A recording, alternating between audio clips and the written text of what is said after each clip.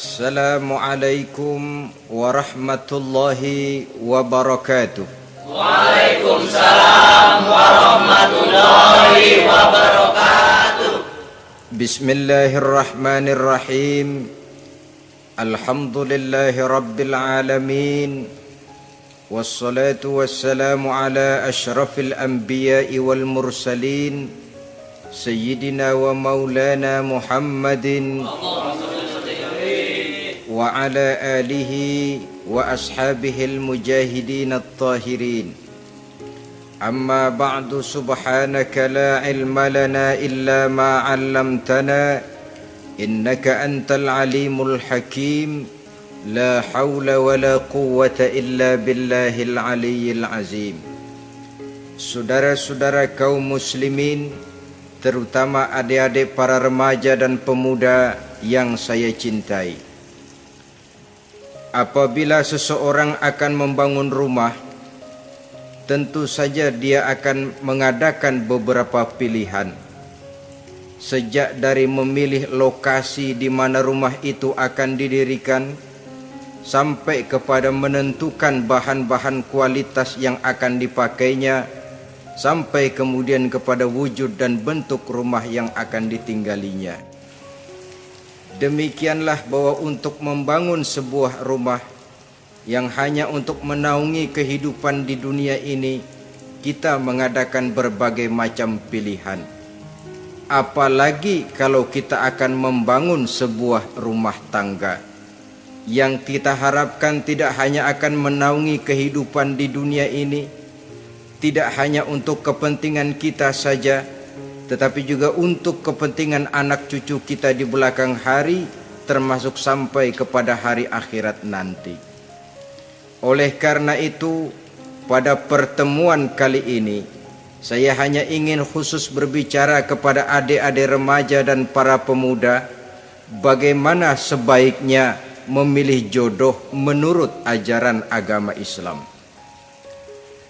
Dalam Al-Quran, Allah subhanahu wa ta'ala menjelaskan, Zuyyina linnasi hubbus syahawati minan nisa, bahwa manusia apapun jenisnya, asal dia bernama manusia, dihiasi dengan perasaan cinta kepada perempuan. Jadi sejak dahulunya secara fitrah, laki-laki senang kepada perempuan, sebagaimana perempuan pun senang kepada laki-laki. Dihiasi rasa cinta ini dalam kehidupan manusia. Dan oleh karena adanya rasa cinta, berkembanglah segala macam persoalan. Sehingga seorang ahli cinta pernah berkata, cinta adalah 5 huruf yang membuat persoalan tidak akan pernah selesai. 5 huruf yang membuat persoalan tidak akan pernah selesai-selesai.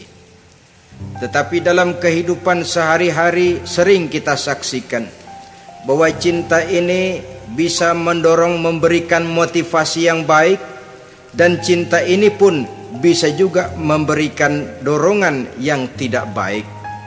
Oleh karenanya, apabila cinta itu ibarat setetes embun yang jatuh di bumi yang subur, akan tumbuhlah di atasnya aneka ragam bunga-bungaan yang harum semerbak, indah, mewangi, sedap dipandang orang, menebarkan rasa aman, damai, sentosa, dan begitu selanjutnya.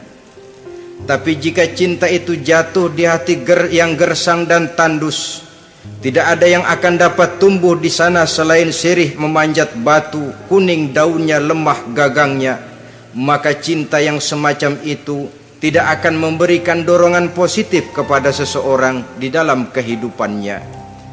Maka lebih dahulu kita akan membicarakan cinta dalam artian yang positif ini, untuk nanti sampai kepada perempuan yang bagaimana yang harus kita cintai, atau laki-laki yang bagaimana yang harus dicintai oleh seorang perempuan.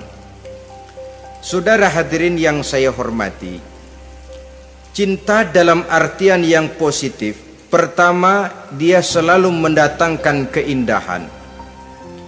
Yang kedua, cinta itu memberikan energi atau semangat untuk berjuang. Dan yang ketiga, cinta itu selalu membawa resiko dalam bentuk pengorbanan. Maka cinta yang positif pertama melahirkan keindahan. Disinilah orang memerlukan filter atau saringan. Sebab keindahan yang didasarkan karena cinta itu merupakan satu keindahan yang relatif saja. Boleh jadi karena indah orang jadi cinta, boleh juga jadi karena cinta segala sesuatu terasa jadi indah. Namun bagaimanapun juga, kalau hati sudah diliputi oleh rasa cinta, segalanya akan terasa menjadi indah. Cinta itu adalah keindahan. Yang kedua, cinta itu energi, melahirkan dorongan dan semangat. Yang lemah bisa menjadi kuat, yang takut bisa menjadi berani, yang jauh jadi terasa dekat. Itu semua karena dorongan cinta. Dan dari energi ini lahirlah yang ketiga, bahwa cinta adalah pengorbanan. Sehingga orang berkata, berani bercinta artinya harus berani berkorban. Takut berkorban, jangan bercinta. Kalau cinta ini kita salurkan kepada nilai-nilai agama umpamanya, yang pertama, cinta mendatangkan keindahan. Kita cinta kepada agama, maka apapun yang diperintahkan oleh agama akan terasa menjadi indah. Solat akan terasa menjadi indah, puasa terasa menjadi indah, zakat terasa menjadi indah, jihad pun akan terasa menjadi indah. Persis kalau kita cinta kepada seorang gadis. Jika kita cinta kepada seorang gadis, apanya saja akan kelihatan menjadi indah. Jalannya terasa indah, lenggang-lenggoknya terasa indah, suaranya merdu padahal cemprengnya bukan main. Seluruhnya akan mendatangkan keindahan karena dasarnya sudah cinta. Cinta membawa kepada keindahan. Yang kedua, cinta itu melahirkan energi. Orang yang cinta kepada agama akan lahir tenaga dan semangatnya melaksanakan ibadah, melaksanakan puasa, melaksanakan zakat, melaksanakan solat, melaksanakan haji, bahkan melaksanakan jihad sekalipun. Cinta selamanya menimbulkan energi dan semangat. Sama saja dengan kita apabila jatuh cinta kepada seorang gadis, walaupun rumahnya jauh, katanya, gunung pun akan kudaki, lautan pun kuseberangi. Untuk apa itu? Untuk menemui apa yang kita cintai. Cinta selamanya melahirkan energi. Capek tidak terasa, lelah tidak terasa, semuanya tertutup oleh keindahan yang bernama cinta. Lalu yang ketiga, cinta membawa pengorbanan. Apabila kita cinta kepada agama, maka pengorbanan terhadap apapun yang diminta oleh agama, baik itu pengorbanan waktu, tenaga, pikiran, harta, bahkan pengorbanan nyawa sekalipun, kita tidak akan berat melaksanakannya karena cinta kita kepada agama yang kita anut ini. Demikian juga cinta kita kepada seorang perempuan akan membuat kita rela berkorban. Apapun yang dia minta, jangankan kita tidak mampu, jangankan kita mampu, kita tidak mampu sekalipun, kita masih berusaha untuk mampu guna memenuhi tuntutan si buah hati belahan jantung. Kadang-kadang malam minggu si doi ngajak nonton. Umpamanya duit tidak ada, gajian belum, kerja enggak. Timbullah inisiatif, entah sepatu kita jual ke tukang loa, entah celana mampir dulu ke tempat lain. Yang penting kita berkorban untuk memenuhi permintaan si buah hati belahan jantung. Ketika itu pengorbanan sudah tidak kita rasakan lagi. Bahkan pengorbanan yang paling pedih sekalipun, dalam gurau, dalam bercanda misalnya, dicubit kita oleh kekasih kita, pedih bukan main, terkelupas kulit, mengalir darah, bukan nangis, nyengir. malah kadang-kadang minta tambah dicubit lagi.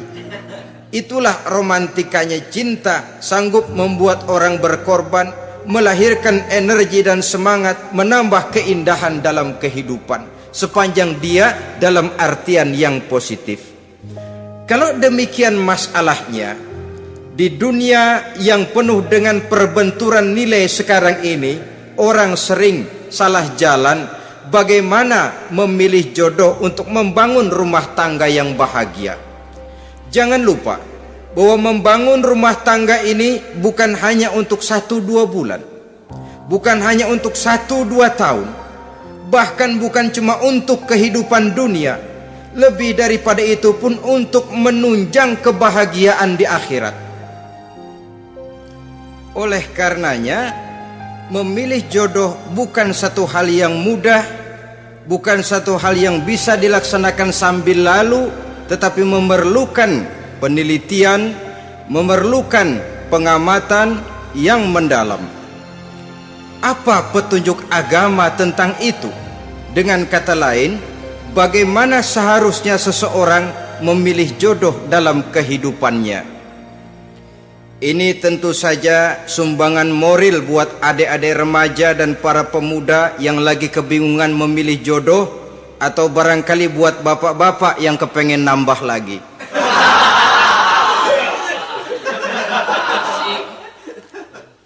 Mohon maaf kepada ibu-ibu, saya tidak menganjurkan, cuma ngajarin. Yang pertama, menurut Nabi, nikahilah perempuan itu karena rupanya, karena hartanya, karena keturunannya, dan karena agamanya. Ada 4 motif utama di sini. Pertama, memilih jodoh, lihatlah rupanya. Lagian siapa yang kepengen dapat jodoh rupanya nggak karu-karuan? Cari rupa yang cantik, indah, dan menawan. Namun jangan lupa, saya katakan di zaman di mana sering terjadi benturan nilai seperti sekarang ini, orang sulit untuk mendapatkan keaslian.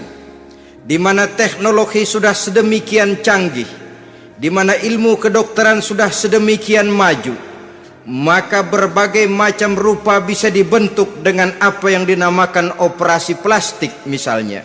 Yang pesek bisa dibikin mancung, kuping yang kelebaran bisa dibikin sedang, pipi yang kembung sebelah bisa dibikin rata, janggut yang tidak menarik bisa dibikin bak lebah bergantung katanya. Oleh karena itu, kalau pilihan hanya tertuju kepada rupa yang cantik saja semata-mata, kita sudah melakukan satu kesalahan yang sangat besar. Sebab apa? Diperingatkan oleh Nabi melalui hadis Ibnu Majah, Bazar dan Baihaqi dari Ibnu Umar. Janganlah kamu kawini seorang perempuan karena kecantikannya, sebab kecantikan boleh jadi akan mencelakakan. Jangan juga kamu kawini perempuan karena hartanya, sebab kekayaan biasanya akan mendatangkan kesombongan.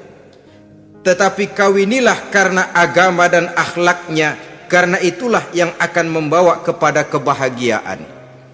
Saudara-saudara kaum muslimin, terutama adik-adik remaja dan para pemuda, dikala usia puber, apalagi mata baru terbuka, awal balik namanya, remaja sering kehilangan filter.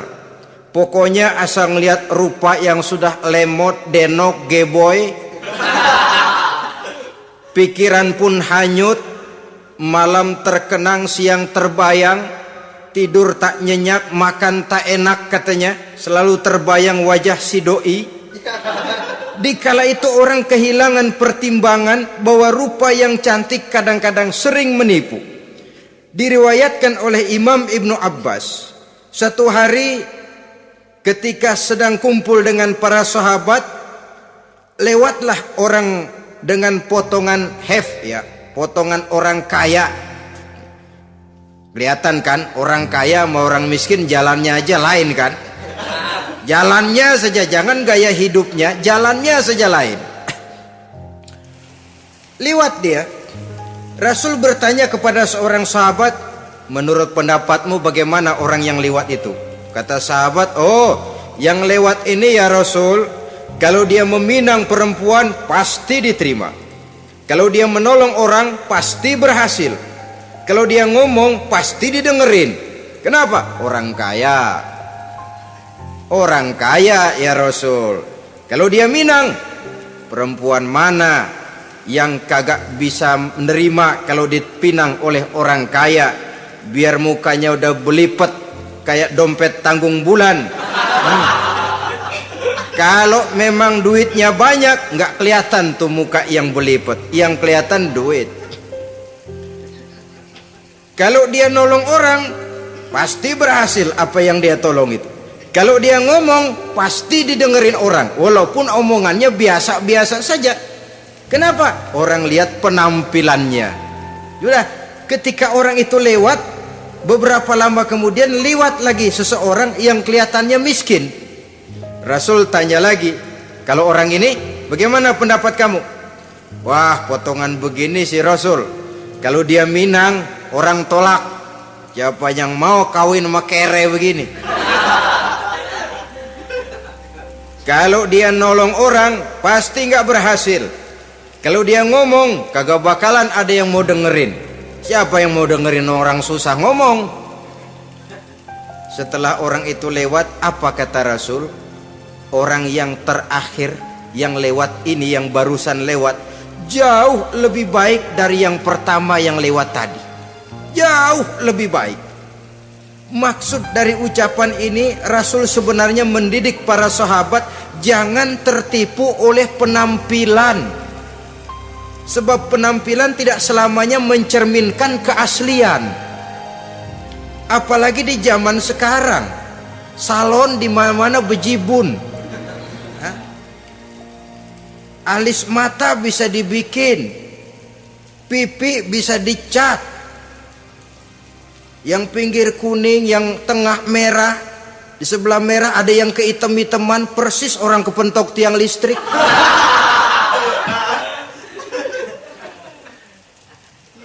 Kecantikan yang artifisial, kecantikan yang bukan alami. Karena itu silakan saja cari, tapi jangan terpaku sampai di situ. Sebab kecantikan di samping dia mudah berubah oleh pergeseran masa dan pertukaran waktu, ternyata penampilan tidak selamanya mencerminkan keaslian. Lain hari seorang sahabat pernah mengadu, "Ya Rasul, ada apa? Inna imraati la turaddu yadul lamis." Ya Rasul, istri saya tidak pernah menolak tangan orang laki yang menjamahnya, mengajak salaman kepadanya. Apa jawab Rasul? Ceraiin aja. Tapi hati saya berat ya Rasul, saya cinta betul sama dia. Ya kalau hatimu berat, jaga dia baik-baik.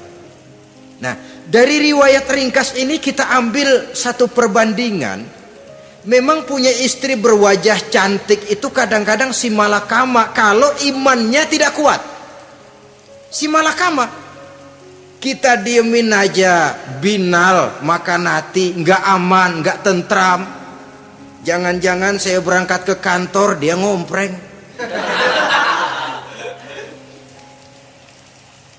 Buah si malakama, seperti orang tadi, ya Rasul. Istri saya kelihatannya sebenarnya ndak negatif maksudnya ini, cuma bersalaman tapi terlalu ngobrol. La turaddu yadul lamis, tidak pernah menolak orang yang ngajak salaman. Ya sekedar salaman. Tapi kan awalnya dari salaman. Kalau sudah salaman kan strum bisa ngederdet dari tangan situ. Kata Rasul sederhana saja, ya kalau memang begitu ceraiin. Saya nggak kuat Rasul, saya cinta betul sama dia. Kalau kau tak kuat berpisah dengan dia, jagalah dia baik-baik. Ajar, didik, tanamkan rasa keagamaan di dalam hatinya. Saudara-saudara kaum muslimin, jadi rupa yang cantik tanpa didasari oleh nilai-nilai agama akan membuat seorang suami di rumah tangganya seperti si malakama. Seperti berhadapan dengan buah si malakama kalau tidak diiringi dengan nilai-nilai moral yang luhur dan bekal agama yang tangguh. akan pergi jauh dari rumah rasanya tidak aman, sedangkan di rumah saja siapa yang akan mencari nafkah? Dan begitu selanjutnya. Orang tadi jelas berhadapan dengan buah simalakama, didiamkan, makan hati. Sebab maaf, kalau seorang suami sudah tidak punya rasa cemburu terhadap istrinya, itu kan yang disebut dayus. Dan dayus itu jangankan masuk surga, bau surga saja dia tidak dapat. Tapi cemburu dalam artian bukan cemburu buta, cemburu dalam artian yang wajar. Dia cemburu, akan dikerasi takut kalau istrinya minta cerai, sedangkan dia cintanya sudah kadung medok bener. Si malakama jadinya. Nah, ini juga satu riwayat yang memberikan gambaran kepada kita. Pilihan, silakan cari rupa yang cantik saja, cari yang cantik. Tapi kalau itu dijadikan motif utama tanpa dasar-dasar agama, saya khawatir nanti rumah tangga kita akan berhadapan dengan buah simalakama. Jadi adik-adik remaja, usaha, ikhtiar, cari yang cantik, yang kira-kira nggak membosenin, supaya kita betah tinggal di rumah, supaya kita merasa ada tempat berbagi rasa, ada tempat kita bernaung. Sebab kalau nyari bini sebini-bininya mah, ya jodoh di tangan Tuhan, kagak usah nyari juga ntar datang diri umpamanya. Iya, kalau yang datang peot. Orang harus berusaha, walaupun pada akhirnya jodoh toh memang ditentukan Allah. Kan 3 hal yang kita tidak bisa menentukan itu katanya. Maut, rezeki, jodoh. Itu yang masuk mysterious problem. Problem yang misterius. Maut misterius. Kapan kita mati kita sendiri tidak tahu. Tahun depan, 50 tahun lagi, 100 tahun lagi, tidak pernah seorang pun diberitahu. Tapi yang pasti dia bakal datang. Kapan dan di mananya kita tidak tahu. Bisa di rumah, bisa di masjid, ya alhamdulillah. Bisa di majelis taklim, syukur. Bisa di medan perang membela agama, bagus. Pasti dia akan datang. Maut, mysterious problem, sesuatu yang kita tidak tahu kapan datangnya. Rezeki gitu juga, sehingga orang sering bilang rezeki katanya kayak bayangan. Kita uber-uber dia lari, kita diam dia mah diam. Setengah mati kita uber-uber, emang ukuran segitu aja. Begitu kita nggak ngapa-ngapain, datang yang bawain rezeki. Namanya rezeki itu mysterious problem. Kadang-kadang ngobek, sungsang, sumbul, udah segala tanah orang kita ukur-ukurin. Udah segala ngomong sudah nggak ada yang loh, terus udah buta. Tapi memang bayangan, kalau belum rezeki ya belum. Kadang-kadang nyari kode sampai tidur di kuburan, belepotan tanah kuburan loh. Yang aneh lagi kadang-kadang orang gila ditanyain. Allahu Akbar, ini kode-kode zaman sekarang ini. Sampai orang waras nanyain orang gila, itu gimana itu? Ini sudah efek yang betul-betul negatif. Sudah jelas orang gila kok ditanya. Apa kira-kira yang nanya nggak lebih gila dari yang gila itu?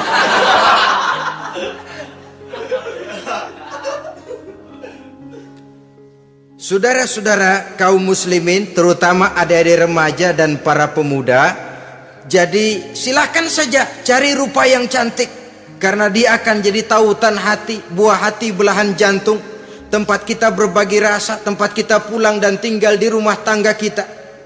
Tapi hendaknya kecantikan rupa itu diiringi juga dengan kecantikan budi. Karena itu cari rupa yang cantik. Ini pilihan utama. Yang kedua, kata Nabi, harta, cari yang kaya. Tetapi jangan lupa, jangan dijadikan pilihan utama, karena kekayaan sering mendatangkan kesombongan. Apalagi kalau seorang pemuda mendapat istri orang kaya. hidupnya dimodali oleh istrinya, maka biasanya wibawanya sebagai seorang suami akan hilang. Akhirnya komando di tangan istri. Dikala itulah suami tidak lebih daripada prajurit yang taat kepada komando istrinya. Padahal menurut konsep Quran, ar-rijalu qawwamuna 'alan nisa, laki-laki diciptakan sebagai pembimbing bagi perempuan. Kalau nanti suatu saat terjadi benturan, sedangkan modal diberikan oleh istri, terjadilah pengungkitan. Kata istrinya apa? Lu jangan bertingkah, lu kan kawin sama gue modal lu kolor doang.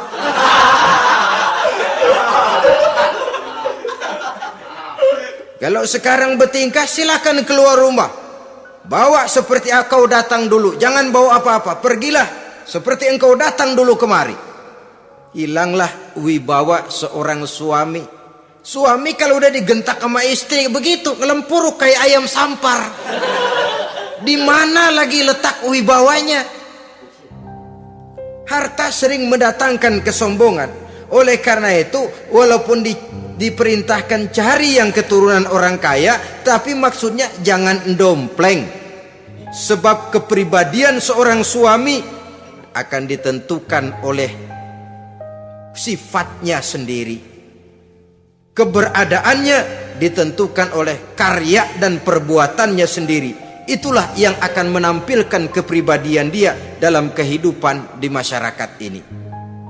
Saudara-saudara kaum muslimin, terutama adik-adik remaja dan para pemuda, kan kadang-kadang di zaman sekarang kan kelas-kelas gigolo, playboy ya, nyari tante-tante kesepian, mejeng-mejeng di pinggir-pinggir jalan dengan harapan apa? Ya barter lah, tukar tambah, nah, supaya dapat rokok, dibelikan pakaian, motor dan sebagainya.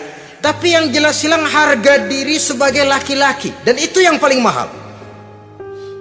Kalau seorang laki-laki sudah kehilangan harga diri, apalagi yang bisa dibanggakan dalam kehidupan ini? Apa artinya naik mobil kalau kepala tertunduk ke bawah? Apa artinya jalan di tengah masyarakat kalau kita tidak bisa menengadah dengan satu kebanggaan? Hilangnya harga diri merupakan kehancuran awal dari sebuah pribadi yang untuk jangka panjang kita tidak akan bisa lagi berbuat banyak. Tanpa harta orang memang sulit untuk bahagia, tapi harta semata-mata bukan merupakan jaminan bahwa orang lantas akan bahagia. Saya barangkali harus berkata, banyak orang miskin yang kaya, tapi tidak sedikit orang kaya yang miskin. Saya ulangi ini, banyak orang miskin yang kaya, tetapi tidak sedikit orang kaya yang miskin. Nah, bagaimana pengertiannya? Orang miskin yang kaya, materinya sederhana, peralatan rumah tangganya sederhana, tapi hatinya kaya. Oleh karena hatinya kaya, jiwanya lapang. Sebaliknya, orang kaya yang miskin, di tengah kelimpahan materi yang berlimpah, segalanya serba ada, hatinya yang miskin. Kelimpahan materi tidak akan sanggup mengobati kemiskinan hatinya. Sehingga di tengah kehidupan yang serba ada, dia masih merasa kurang, maka dia tidak pernah cukup. Di tengah kemilauan dan gemerlapan serta glamornya rumah mewah, dia merasa hidup di tengah gurun pasir yang gersang dan tandus. Karena itu, biarlah miskin harta tapi kaya budi, daripada kaya harta tapi miskin budi. Lebih utama lagi kaya harta, kaya budi. Itu idealnya. Dasar pilihan ketiga sesudah rupa dan harta menurut Nabi, keluarga. Faktor keturunan sangat menentukan. Pepatah mengatakan, buah apel akan jatuh tidak terlalu jauh dari pohonnya. Biasanya kalau bapak kalong, anak kampret. bapak nyolong, anak nyopet. Itu fotokopi. Saudara-saudara, sungguh pun demikian, faktor keluarga bukan merupakan yang paling dominan, karena segalanya memang bergantung kepada hidayah dari Allah Subhanahu wa ta'ala. Kalau hidayah datang, bisa saja anak maling bisa jadi kiai. Kalau hidayah datang, bisa saja anak nabi malah ikut bersama orang-orang kafir. Pada akhirnya orang mau besar atau tidak bukan dengan jalan menyempeng kepada keturunan orang lain, tapi ditentukan oleh kepribadian dirinya sendiri. Tidak bisa kita menjadi besar dengan menyebut kebesaran orang lain. Itu sebabnya dicontohkan oleh Imam Ali pada saat beliau berkata, laisal fata may yaqulu kana abi walakinnal fata may yaquluha anadha. Anak muda yang gentleman adalah anak muda yang berani berkata, inilah saya. Bukan anak muda yang membanggakan leluhurnya. Ini kan zaman sekarang ini lagi ngetopnya lagu-lagu cengeng katanya dah. Sebenarnya menurut saya bukan cuma lagu cengeng yang jadi masalah. Lagu cengeng cuma satu efek dari sikap yang lebih utama dari itu, yaitu mental cengeng. Kalau mental sudah cengeng, apapun yang kita lakukan akan jadi cengeng. Tidak cuma lagu, kebudayaan yang lahir akan kebudayaan cengeng. Jadi pengusaha cengeng, jadi pejabat cengeng, jadi kiai cengeng. Kenapa? Mental cengeng. Di antara mental cengeng itu apa? Mengandalkan fasilitas atasan. Kalau tidak ada fasilitas dari atas, lantas tidak bisa berbuat apa-apa, cengeng.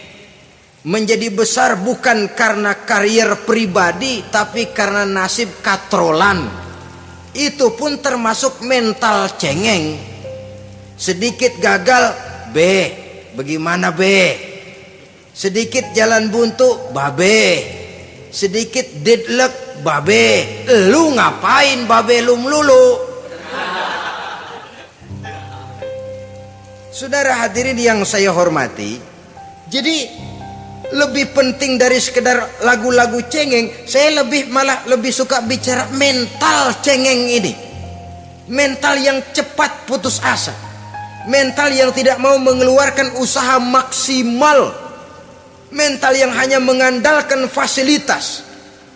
Sedangkan pribadinya tidak lebih daripada pribadi sumuhun dawu, pribadi kulon nuwun, pribadi kumaha juragan wae, pribadi oke bos, pribadi asal bapak senang. Bukankah itu semua merupakan cermin dari mental-mental yang cengeng, yang untuk jangka panjang tidak akan pernah menguntungkan daripada pembangunan bangsa dan negara yang kita cintai ini. Seseorang mau besar atau tidak bukan dengan jalan menyempeng kepada kebesaran orang lain. Bahkan Syauqi dalam sebait syairnya yang lebih tegas mengatakan, wa syarrun nasi zu khumulin iza fakhartahum zakarul jaduda wa syarrun nasi wa khairun nasi zu syarafin qadimin aqama li nafsihi syarafan jadida. Generasi yang paling jelek adalah generasi pemalas. Kalau kelihatan orang lain lebih hebat dari dia, disebut-sebutnya kebesaran nenek moyangnya. Dia sendiri nggak punya prestasi apa-apa. Kerjanya cuma ngandeli kerjanya cuma menggelayuti fasilitas orang tuanya. Tanpa itu dia tidak akan punya nilai dan harga sama sekali. Ini generasi paling jelek. Kalau orang lain kelihatan lebih hebat, dia sebut nenek moyangnya. Lo sih belum apa-apa, lo baru kopral lo. Engkong gua no, komandan Hansip. Engkongnya yang disebutin. Dia sendiri tidak punya prestasi apa-apa. Jadi silahkan saja cari gadis dari keturunan keluarga yang baik-baik, tapi jangan jadikan tendensi utama, jangan dengan niat untuk menyempeng kepada kebesarannya, tapi paling tidak dengan niat agar mudah-mudahan dari benih yang baik ini akan lahir keturunan-keturunan yang baik pada akhirnya nanti. Itu yang kita harapkan. Bukan lalu dengan pertimbangan, weh mertua gue bos nih, kali aja begitu gue kawin jam mampus. Ini semua warisan kan jatuh kemari semua. Kalau itu niatnya sudah jelas salah. Kita mencari perempuan dengan keturunan-keturunan yang baik dengan berharap agar anak-anak kita nanti yang akan merupakan benih cucunya akan melahirkan kebaikan-kebaikan seperti leluhurnya dulu. Saudara, pilihan yang keempat kata Nabi, agama. Ini yang paling inti. Kenapa? Agama itu motivasinya moral. Di sini segalanya ditentukan. Rupa yang baik, harta yang banyak, keluarga yang luhur. Kalau sudah dilandasi oleh agama yang rapuh, bahkan tidak beragama sama sekali, ketiga hal di atas tadi hanya akan mendatangkan malapetaka. Sekarang kan kita tertipu oleh penampilan, padahal penampilan belum tentu kenyataan. Di jalan-jalan kita akan lebih terpesona melihat gadis pakai miniskirt di atas lutut ketimbang kita melihat gadis-gadis yang pakai jilbab. Kalau sudah pakai jilbab keliwat, yang usil banyak banget, bau sorga nih. Bau sorga katanya. Tapi kalau sudah yang pakai miniskirt itu yang lewat, itu dari ujung ke ujung mata kagak mau kedip. Laler nemplok di mata kagak dirasain. Kita terpesona oleh penampilan zahir, padahal penampilan belum tentu memantulkan hal yang sebenarnya. Tapi memang itulah watak manusia. Watak manusia, saya katakan manusia tanpa kecuali. Tetapi bergantung kepada pemikiran jangka pendek atau jangka panjang. Kalau jangka panjang yang kita pikirkan, ya tentu kita tidak akan mudah terpesona oleh hal yang zahir. Sampai-sampai Quran sendiri mengatakan budak yang hitam legam tapi beriman itu lebih baik daripada orang-orang musyrik walaupun cantik, denok, lemot, geboy. Ada lagi nggak bahasa yang lebih dari itu? Cantik, denok, lemot, geboy, bahenol, nerkom. Tapi kafir masih lebih baik budak yang hitam legam sekalipun kalau dia beriman. Kenapa? Rumah tangga untuk jangka panjang. So itu Islam tidak membolehkan kawin campuran dengan lain agama. Walaupun ada ayat yang mengatakan boleh kawin dengan ahlul kitab, tapi sebagian mufassir menjelaskan bolehnya kawin dengan ahlul kitab itu dalam kondisi darurat. Dalam kondisi normal tidak bisa. Kenapa? Kalau sudah berlainan agama, akan terjadi kerancuan rumah tangga untuk jangka panjang. Bagaimana membina dalam keharmonisan di rumah tangga? Bagaimana nasib anak-anak nanti? Kadang-kadang ada keluarga, kami sih keluarga modern. Anak-anak kami berikan kebebasan untuk milih agama apa saja. Bapaknya Islam, istrinya Kristen, anaknya ada yang Hindu, Buddha. Bagus nih, keluarga pecel namanya. Bagaimana keluarga modern bisa seperti itu? Padahal seorang suami bertanggung jawab di hadapan Allah. Dia akan ditanya tentang istrinya. Dia akan dimintakan pertanggungan jawab tentang anak-anaknya. Kalau istri kita berlainan agama, mungkin terjadi pengkaplingan. Pokoknya kalau anak perempuan ikut ibu, anak laki ikut bapak. Administrasi dunia bisa begitu, tapi akhirat pertanggungan jawab di hadapan Allah. Bisakah kita? Sorry aja Tuhan, emang janjinya begini. Saudara hadirin yang saya hormati, oleh karena itu budak legam hitam kalau beriman masih lebih baik daripada orang-orang yang tidak beriman walaupun cantik dan mempesona. Kenapa? Ini faktor agama. Ya buat 1-2 bulan bisa terwujud rumah tangga yang tentram. 2-3 tahun mungkin masih bisa bertahan, tapi sampai kapan? Sampai kapan itu akan terwujud?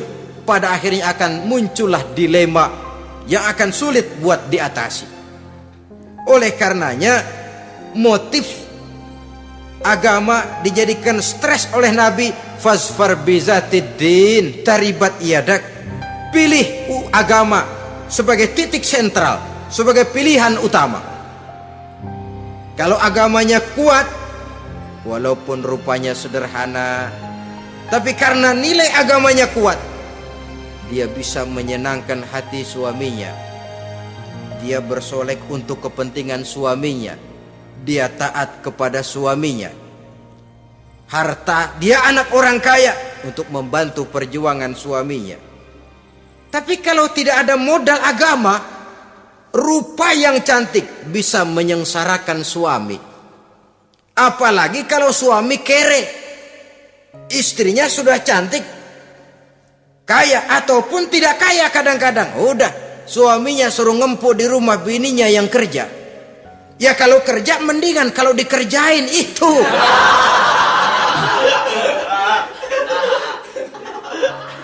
Itu yang repot.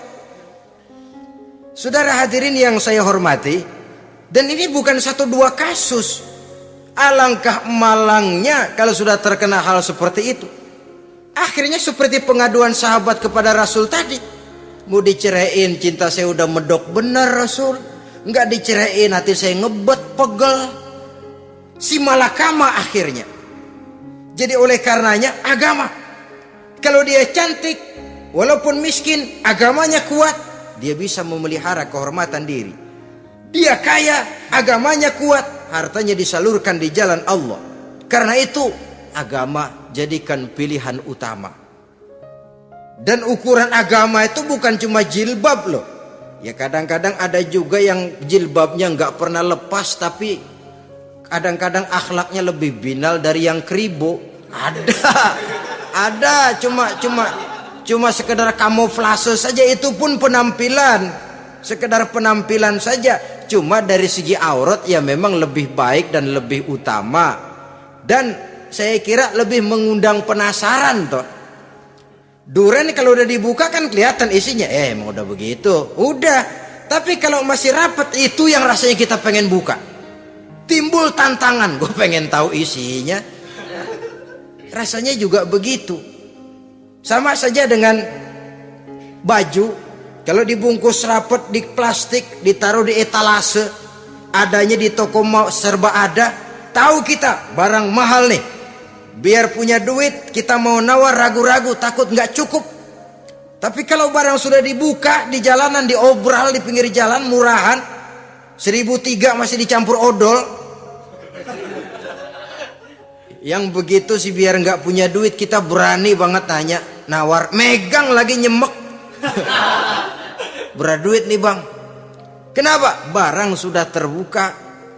Jadi saudara-saudara, syukur kalau keempat-empatnya ini jodoh terkumpul dalam jodoh yang saudara cari. Sudah rupanya cantik, kaya, keturunan orang baik-baik, agamanya kuat. Nah, surga dunia tuh. Yang begitu cari. Kalau ada yang begitu, saya juga mau nambahin satu lagi.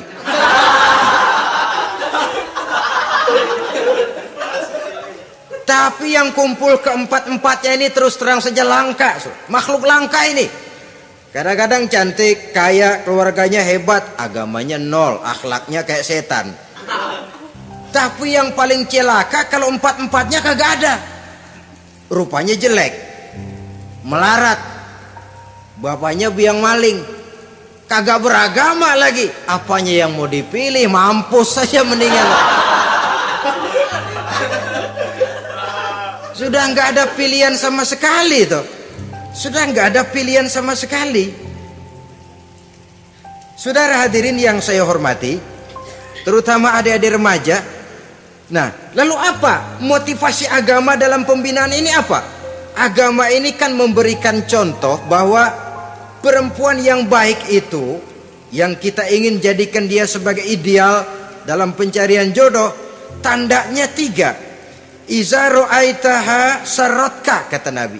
Kalau dipandang dia bisa menggembirakan kamu. Kan ini yang penting buat seorang suami. Kalau saudara nanti jadi suami, punya istri yang jadi partner setia mendampingi suaminya.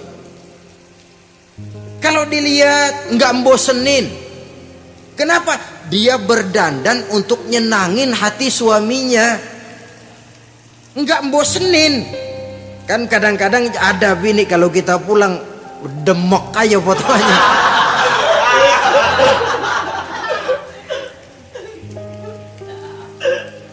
Ini yang bikin suami nggak betah di rumah ini kan yang begini. Adapun perempuan yang beragama, apabila dipandang oleh suaminya, dia pandai menyenangkan hati suaminya. Andai kata suaminya dalam kesulitan, dia tidak menambah beban kesulitan. Paling tidak dia bisa memberikan satu bantuan moral. Bantuan moral untuk mengurangi beban kesulitan daripada suaminya. Suami pulang dagang rugi, kata istrinya, romantika bang. Sekali-sekali lah, masa selamanya dagang mau untung. Besok siapa tahu untung lebih besar. Kan meringankan tuh. Kadang-kadang enggak, suami pulang dagang dari pasar panas rugi, sampai rumah bini pidato pletar-pletor. Lu dagang rugi, emang lu laki goblok.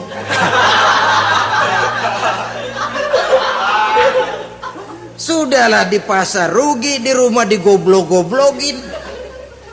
Ini nanti kena penyakit broken home yang begini ini.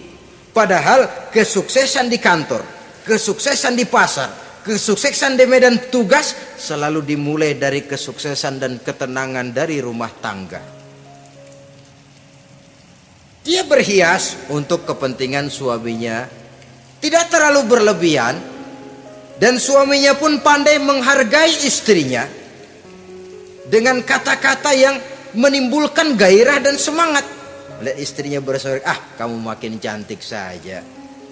Jangan juga kadang-kadang suami ketus, ngelihat daksu pulang kantor, lihat suaminya istrinya dandan rapi, tumben lu mau bekasin apa? Mau bekasin katanya. Artinya apa ini? Pandai mengembirakan, bisa tenggang rasa, bisa berbagi rasa. Sehingga suami merasa ada tempat dia bertukar pikiran, ada tempat dia membicarakan persoalan. Dialog dalam kehidupan berumah tangga itu sangat diperlukan. Iza ra'aitaha sarratka, kalau dipandang dia sanggup mengembirakan kamu. Dikasih uang 500 senyum, 5.000 pun ketawa, menggembirakan. Dia bisa taruh kata hatinya kesel, tapi mulutnya senyum. Nah ini yang sulit ini. Senyum tapi kesel, kesel tapi senyum. Kadang-kadang istri itu kan kalau sudah kesel, suami pulang nggak bisa dia menyembunyikan kekesalannya. Dari jauh suami sudah lihat ini yang nyambut, ini bemo ini. Udah monyong serem. Saudara hadirin yang saya hormati, yang kedua, bila diperintah dia taat. Ini pengaruh agama.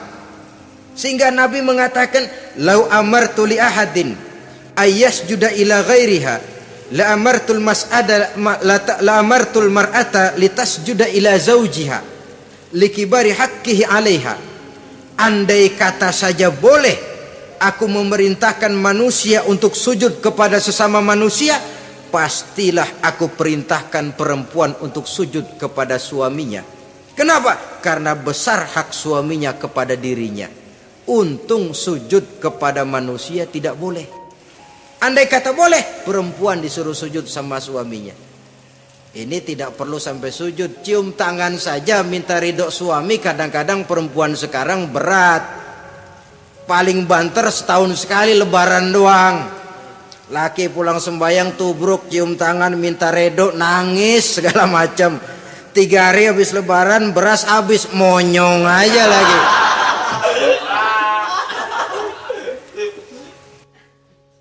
Saudara hadirin yang saya hormati, yang ketiga, akibat pengaruh agama, dia sanggup memelihara kehormatan diri dan sanggup menjaga harta suaminya. Memelihara kehormatan diri baik pada saat suaminya di rumah atau pada saat suaminya tidak ada di rumah. Satu riwayat, seorang sahabat akan pergi perang jihad di fi sabilillah. Ketika mau berangkat dia bilang kepada istrinya, "Saya mau berangkat perang. Kalau saya belum pulang kamu jangan keluar rumah. Baik bang, pergi istrinya, pergi suaminya jihad. 1 minggu, 2 minggu berlalu, belum juga pulang. Satu hari datang utusan dari rumah orang tua si istri ini. Assalamualaikum bu. Waalaikumsalam. Ada apa? Ada berita kurang enak bu, orang tua ibu sakit parah, mohon tolong ditengokin. Apa kata si istri? Maaf saja, suami saya belum pulang dari medan perang. Saya belum dapat izin keluar rumah kalau dia belum pulang. Tolong sampaikan maaf saya kepada orang tuanya. Pulanglah utusan tadi. Besok balik lagi. Bu, ada apa? Udah Senin Kemis, napasnya sudah sampai tenggorokan. Tolong tengokin buat terakhir kalinya bu. Suami saya belum pulang. Dia pesan kalau dia belum pulang saya jangan keluar rumah. Saya nggak bisa tengokin orang tua saya. Salam maaf saja. Pulang utusan itu. Besok balik lagi. Bagaimana? Sudah meninggal bu. Mau dikubur, tengokinlah buat terakhir kalinya. Suami saya belum pulang. Saya belum berani keluar rumah kalau suami saya belum pulang. Itu janji saya sama suami saya. Pulanglah utusan ini ngadu kepada Rasulullah sallallahu alaihi wasallam. Ya Rasul, ini perempuan kelewatan benar. Dari orang tuanya sakit sampai sekarat, sampai mati, sampai dikuburin dia nggak nengokin. Memangnya kenapa? Suaminya katanya pergi jihad dan suaminya tidak mengizinkan dia keluar rumah kalau si suami belum pulang. Apa jawab Rasul? Marahkah beliau? Tidak, beliau senyum. Apa katanya? Dosa orang tua yang meninggal ini telah diampuni oleh Allah karena dia punya anak perempuan yang begitu taat kepada suaminya. Allahu Akbar. Dosa orang tua yang sudah meninggal itu diampuni oleh Allah karena dia punya anak perempuan yang begitu taat kepada suaminya. Ketaatannya kepada suaminya menyebabkan dosa orang tuanya diampuni oleh Allah Subhanahu wa taala. Suami pergi jihad, orang tua sakit keras, tidak berani dia keluar rumah. Itu tandanya bisa menjaga kehormatan diri. Kalaupun satu saat suaminya manggil, bu tolong ambilin uang di dompet. Dompetnya dibawa, bang ambil saja sendirilah, nanti salah ambil lagi saya. Kadang-kadang enggak, suaminya pergi mandi dompet berantakan. Saudara hadirin yang saya hormati, ini motivasi agama. Jadi kecantikan zohir yang diimbangi dengan kecantikan batin oleh karena pengaruh agama tadi. Kalau sudah kemari, orang tidak perlu mikir-mikir operasi plastik, bikin yang pesek jadi mancung supaya orang tertarik, bikin belakang yang kurus jadi menarik. Tidak. Orang tidak perlu lagi pakai susuk-susukan, dipasang di bibir supaya kalau senyum orang gempor, supaya kalau ngomong orang percaya, dipakai di kuping supaya macam-macam. Tidak perlu lagi pakai jompa-jampe, pelet-peletan supaya kalau diludahin orang ngikut. Nggak perlu lagi. Kenapa? Cinta itu nature, sesuatu yang alamiah, yang tidak bisa dipaksakan. Dia kudrati, karunia dari Allah. Tidak bisa cinta dipaksakan. Kalaupun bisa, dengan ilmu pelet, oh saudara bisa membuat orang jatuh cinta, ya 2-3 hari, 4-50 hari. Kesananya apa yang akan terjadi? Kelanggengan tidak akan pernah terwujudkan. Kenapa? Keterpaksaan yang akan timbul. Dalam kondisi semacam itu, rumah tangga tidak akan mengalami ketenangan dan ketentraman. Jadi biarkan cinta berjalan secara alamiah, karena dia memang alamiah. Saudara-saudara, nah sekarang kalau sudah ketemu nih, yang 4 tadi, rupa cantik, keturunan boleh, kaya lumayan, agama kuat. Apa yang harus kita cari? Apa yang harus kita lakukan? Apa pakai pepatah anak sekarang? Aku lihat, aku pikat, aku dapat, aku sikat, aku minggat. Bangsat.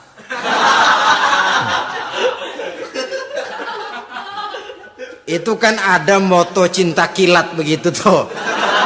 Cinta kilat katanya. Aku lihat, aku pikat, aku dapat, aku sikat, aku minggat. Bangsat. Atau kita harus hanyut dalam arus free love, free sex, summon living, eksperimen dulu? Tidak. Islam mengajurkan kalau memang seret, ini rasanya ini nih, mantap gue nih. Apa yang diajarkan oleh Islam selanjutnya? Meminang, saudara-saudara. Meminang adalah langkah awal untuk mengikat tali pernikahan. Diizinkan meminang, dan di dalam meminang pun diizinkan untuk melihat. Cuma kalau boleh, ya syaratnya itu waktu melihat itu jangan sampai ketahuan si perempuan yang akan kita pinang itu. Untuk apa kita meminang? Pertama, untuk yakin bahwa perempuan yang kita inginkan ini sudah kumpul syaratnya itu, tidak ada cacatnya. Yang kedua, untuk memperkuat tekad hidup berumah tangga, diperlukan meminang. Adapun adat itu berbeda. Tapi bahwa konsep meminang itu dalam Islam ada, itu jelas. Ya kalau mesti bawa pisang raja, pakai roti buaya, pakai martabak segede ban mobil truk segala macam, itu adat saja ya. Tapi yang real meminang itu ada dalam Islam. Nah, bagaimana adab meminang? Setelah kita tahu anak ini cantiknya ya, keturunan baik ya, kekayaannya lumayan, agamanya kuat, pinanglah dia. Caranya boleh lihat langsung. Lihat langsung kalau bisa tanpa setahu si perempuan. Dan batas yang boleh dilihat itu muka dan tangan, itu saja. Jadi jangan gerusak. Minta permisi Pak, saya mau ngelihat anak bapak seutuhnya, soalnya buat saya ini nanti. Apanya aja dibedolin, jangan. Kira-kira yang boleh itu muka sama tangan. Andai kata kita risih, sebab nanti kalau nggak jadi akan jadi timbul rasa malu dan si perempuan juga kasihan. Boleh mengutus perempuan yang kita percaya. Coba kau ke sana, lihat kondisinya yang sebenarnya bagaimana. Kalau ngelihat dari jauh sih utuh, siapa tahu nanti tangannya kurang sebelah. Coba lihat sana. Saudara-saudara, kemudian boleh juga ditanyakan kepada orang tuanya. Dan dalam hal ini orang tua si gadis tidak boleh menyembunyikan aib atau cacat yang dimiliki oleh anaknya. Dia harus menceritakan apa adanya, sampai pun kekurangan anaknya yang paling kecil sekalipun. Sebab apa? Jangan sampai istilah pepatah beli kucing dalam karung. Kedengeran suaranya doang meong-meong, begitu dibuka tuh kucing gempor sebelah kakinya nggak ada. Kan tentu kita tidak kepengen kecewa di belakang hari. Itulah perlunya meminang sebagai jembatan untuk menuju kepada pernikahan. Nah, dengan demikian kalau sudah usaha meminang ini dilaksanakan, jangan merasa sudah setengah resmi. Ini yang kadang-kadang jadi penyakit. Malah sesudah meminang harus masing-masing lebih menjaga diri, menjaga kehormatan, menjaga pergaulan. Kenapa? Agar saat memasuki jenjang pernikahan nanti merupakan jenjang yang sangat ditunggu-tunggu. Ada rasa keinginan tahu. Kalau tidak, ya udah biasa, nggak giroh lagi ngadepin perkawinan. Kenapa? Kemarin-kemarin gue udah cobain. Hilang gairah lagi. Sebab itu kalau sudah meminang jangan merasa sudah setengah halal. Udah minang ini Kadang-kadang orang tua juga konyol, sudah dipinang diumbar. Lu mau kemana keda lu udah pinang? Padahal meminang itu cuma langkah awal. Sedangkan selanjutnya harus lebih berusaha menjaga kehormatan diri sampai pada saat nanti pelaksanaan pernikahan. Nah, saudara-saudara, terutama adik-adik remaja dan para pemuda, walaupun agak sekilas memang karena terbatasnya waktu pada pertemuan ini, mudah-mudahan bisa memberikan gambaran yang sepintas tentang bagaimana sebaiknya kita memilih jodoh di dalam membina rumah tangga yang bahagia. Semoga ada manfaatnya. Terima kasih atas segala perhatian. Mohon maaf atas segala kekurangan. Usikum wa nafsi bitaqwallah. Wassalamualaikum warahmatullahi wabarakatuh.